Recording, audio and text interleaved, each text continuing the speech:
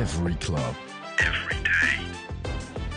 The Global Sports Podcast Network. Hello and welcome to the Daily Newcastle podcast, which is part of the Global Sports Podcast Network, the only network where you will find daily content on the Premier League and women's football. I am your host today, Nicola. I obviously sound a little bit different if you can hear. My voice is cracking because I wish I could blame it on the football, but it generally wasn't. It's very self-inflicted. So apologies for my voice today. It's probably not the right time to be recording a podcast. And it is just the duo today. It's just the girls from the Newcastle team. So I am joined by my girly whirly who accompanied me last night on my horror of a journey home. Jo, how are we, honey? I'm brilliant. I'm so much happier to actually see your face after having about a good hour, an hour and a half commentary of your journey home. It was absolute comedy gold last night, so thanks for that. You're absolutely welcome. I was voice noting Jo in a panic, people, because I realised my train that I was supposed to get turned into an overnight train. Let's just leave that there. Anyway, Jo, we are here. We're here. We are post Manchester City game, which,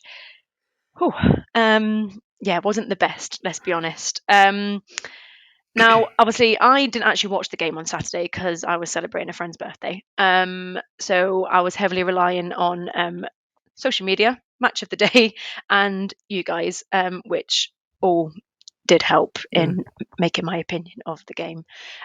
So let's just, it's probably going to be a really short and sweet pod, by the way, guys, because we haven't really got much else to say. So how are we feeling, mate, after what we've seen on Saturday from the lads? What are we saying?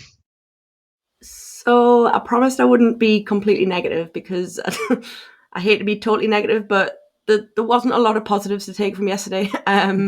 Eddie admitted that Bruno looked fuming, to put it lightly, in his post-match, but I like to see stuff like that. I want to see that kind of raw emotion from players, especially from a captain, so it was kind of nice to see that.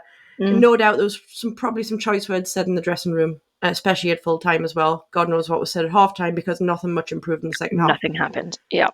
So, general synopsis on it to me is we had a couple of good chances which could have potentially had a bit of more of an impact on the game, let's say. Isaac right through quite early on in the game, which I was screaming at the TV, pass it off to Gordon, I believe. My mind's a bit blurred on it all, I'll be honest, but I believe it was Gordon.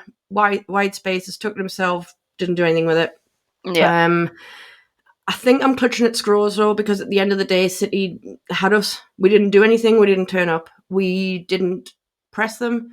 We might have for about 5 minutes of the 90 minutes press them. And that was more towards the start of the game. But we gave them full control. You can't give a team like that full control. You just can't. And as much as City have had bad runs this season, we've got to remember that they're still an excellent team and one of the best in the world still, regardless of the fact that they've been on a bad run. So if you turn up to City like that and do what we did, of course they're going to turn us over. All the high hopes we had of, God, we didn't even score again at the Etihad. We had all these high hopes of winning. We didn't even get the one goal, never mind actually winning. But, oh mate, it was just frustrating, if I'm honest, because it is just one of those performances where there was no need for it. And if I'm honest, Bruno pretty much said that in his post-match as well. It was just a case of he acknowledged that they just absolutely didn't turn up. They didn't. I will go further into it in a minute, but that's my general synopsis of it. Yeah. They didn't. And I think my frustration on the whole scenario. Now, I'm not going to sit here and say I expect us to win every game for the next 3 decades. You know what I mean? Obviously, we're not. We are obviously going to lose matches, and and some matches are going to have more goals in them than some, like yesterday. And there's nothing wrong with that. But as I can't really sit here and say that. On Saturday's match, even the lads didn't even look not like they didn't care, but it was almost like, right, we've got a cup final next month, so let's just keep that in the back of our heads. Don't do anything stupid. Don't want to do this. Don't want to do it. And I get it to an extent, but I'm also like, these games that we seem to be losing. And fine, we're losing them because obviously the other team's better, but put in a performance that we can actually sit here and defend and be like, yeah, we lost, but actually the lads played semi-okay. Yeah, they tried. Whereas yesterday, I'm like, yeah, we lost, and we absolutely deserved to lose, because we just didn't. It was a 100%. really lackluster performance. It was like there was just no desire to even want to win on the pitch. And like you say, there was obviously a couple of half chances that could have changed the game entirely. But yeah, I don't really have. It sounds really bad. Like, I'm not trying to be negative, but like there's actually not really anything great to say about it. And to be honest, it was actually quite nice to see Bruno's post-match press conference saying, looked how fuming he was, and I thought, you can't defend that performance, and we can't go into these next games, because obviously we all realize it, but these next games over the next month or two, they're decisions of where if we're gonna be in Europe or not, and these are also decisions that are going to affect the future of some of our team. Like, Bruno has said time and time and time again, he's here to play in Europe. He wants to play in Europe. Yes, okay, he loves the club, but how far does that go when it comes down to his career? I imagine Alexander Isak, best striker in the league at the moment, best striker, obviously he is, but yesterday it was kept quiet. So so I think we're all feeling probably the same. And I think we're allowed to sit here and say we're allowed to be frustrated, if not probably more, to have a team that we know are more than capable of being better than what they were, and they're just turning up when they fancy at the minute. And that's a little bit disappointing to say, because obviously I love the team, but obviously, we're just being honest. To be fair, we're not kicking off like some of the idiots on social media. Obviously, because we've lost a game, the Eddie Out Brigade are back, but you've got to ignore those idiots, because they are so much of a minority, though. In a way, I just wish we could somehow block them on social media, because they are. It's just the odd idiot that sneaks through, causes a ruckus on a post, and it's kind of what happens. But it was a whole team thing. But I'll be honest, I said even halfway through the match, I still felt Dan Burn, our player of the season so far, was the only one that was actually looking like he gave a damn. He was putting in some hard tackles. He was running back. Like, to me, he was still playing. The problem is, you can't play against City with one man. You just can't. The rest of the defence was shocking. Trips made some mistakes. However, on the Trips note, by the way, this is where I really shouldn't stay off social media, but I probably sometimes I can't help myself. And then I've seen some real hatred towards Trips today, and then some real articles in the mag as well. But the mag's just another glorified social media kind of thing, isn't it now? Yeah, awful. But there's been a lot of hate towards Trips, and he needs to leave, and he's past his best. And all right, he's past his best. He's 34. Of course he's past his best. Stop being ridiculous. And all right, a lot of us did want Tino to start, because we thought he would just be better in terms of his speed and stuff like that again, because Trips is slowing down. But there's no need for the hate. But this is where it always gets silly. Newcastle lose. All right, we lost in fine fashion. It's not like we just lost. We went down with a squeak, to put it lightly. But the whole defence was poor, apart from Dan Burn. And our midfield, they just played through our midfield. That was, they may as well not been on the pitch half the time. So what, Tonali, and we love Tonali. Dear God, where was he? Like, I didn't even hear his name mentioned for quite a while in that game. So that speaks volumes for how he's been amazing for us in some of the games recently. Like, a standout player. Like, I think this is where the frustration comes from, right? Like, how do you go from playing like you did in the last couple of matches to this? It baffles me. It's the same team. All right, Willock was in, but Joe wasn't. But you're right. But the odd tweak, if you know what I mean. But it's the same team, isn't it? You've got the same up front. They were offering nothing. Gordon looked off it. Is he still feeling it from his injury? Who knows? He's like, didn't really do much. Also didn't get a lot of supply, if you want to see it that way as well. Murphy didn't do much, but didn't do anything wrong at the same time. It was one of those that they just didn't do much. They didn't do a lot wrong. But because they didn't do much, if you can't just not do much against Man City, you just can't. If we play like that against Forest, the form they're in, and if we play like that against Liverpool will tear us a new one down there. It's as simple as that. So we've got to hope it's a rocket, not a kick up the backside, an absolute rocket up the backside. Needs to be a rocket after this game. Yeah, show that. We have over the last couple of weeks. I know we've got results in other games. Lucky we've got other results in other games, but I think Ian's touched on it before about not being out of third gear. And obviously, this was before we got into the Carabao Cup final. And I'm a bit like, we can't just keep half turning up these and then and putting in these really poor performances and expecting a result. We need to turn up. And I've just come off the back of, obviously we're recording on Sunday, everyone. So I've just watched the Liverpool game this afternoon. Now, you can sit here and say like, oh yeah, well, Liverpool are used to, pressure and they're used to finals and things like that. Yes, okay, yes, they are. But they still turned up today fighting, playing a team that are in a relegation battle, by the way. Yeah.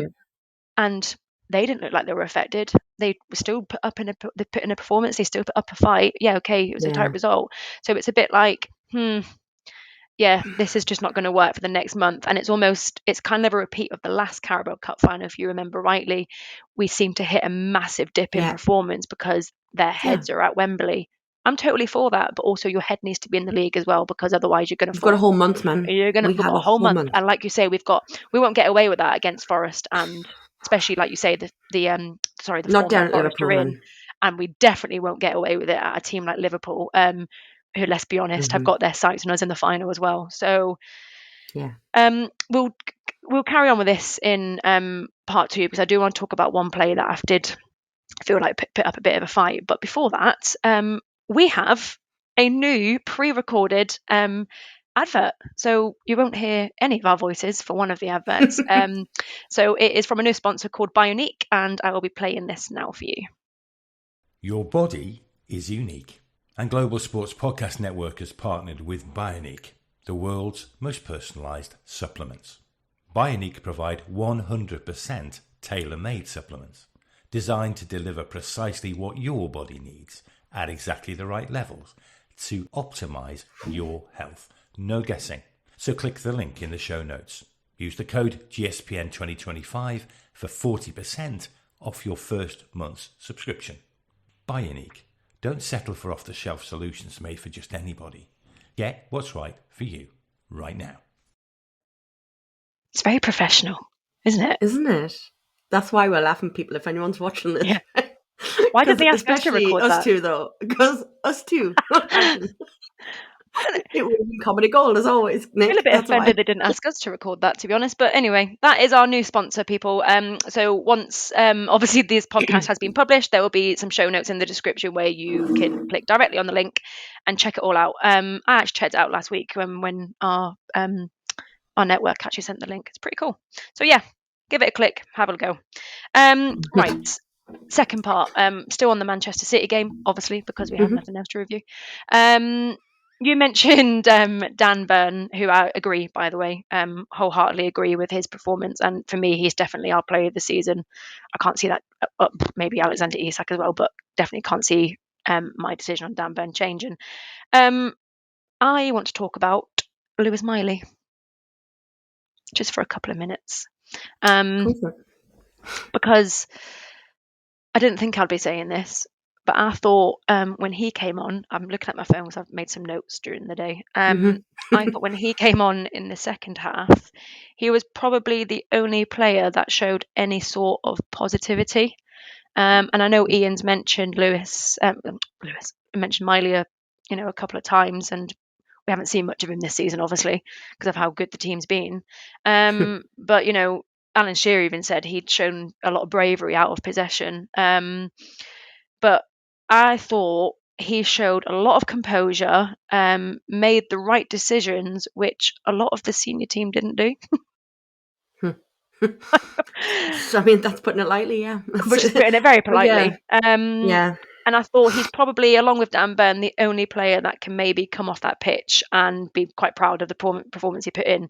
He probably won't be because we lost 4-0. But I thought he showed quite a bit of leadership himself yesterday. For sure, though. Yeah. I don't know if you had the same opinion of Lewis Miley yesterday, but he was definitely. I do. It's interesting that's the two Geordie boys, isn't it? But because I think we've talked about this. Well, I don't think we have talked about this before. And I've always been disgusted how we're not the only team that do it, how we kind of go for the jugular on our own players sometimes. Like Longstaff has been beaten pretty much with a virtual stick for years. And I'm not saying he hasn't had bad performances and deserved to be slated sometimes. He absolutely has. But for some bizarre reason, we seem to really hit our Geordie boys worse than others. But our Geordie boys were the only ones who really looked like they cared or actually had... I'm not saying the others didn't care because you'd like to think they care. Yeah, of course they care. They didn't show it. They weren't putting anything into that game at all. It was just as simple as that. If it is the cup, sort yourselves out. We've got quite a few games to go before the cup. I'm sorry, there's a long stretch this time. You've got some big games. You've got another cup game as well. You know, if we want to stay in the FA Cup, we've got to think about that as well. All right, keep it in your head a bit, but do not. I don't know. I kind of want to blame it on the cup and don't want to blame it on the cup, because I think we're just too far away from the cup final to be letting our brains get frazzled by it. It's just, and I think if Eddie believes that, he'd be furious, quite frankly. Because what have we joked about many times with Eddie? It's only about the next game. It's only about the next game. So I think he would be furious if he genuinely thought the players were kind of focused on the final. But it's hard. It's hard to sit here and say I'm focused on the final and I'm not even a player. But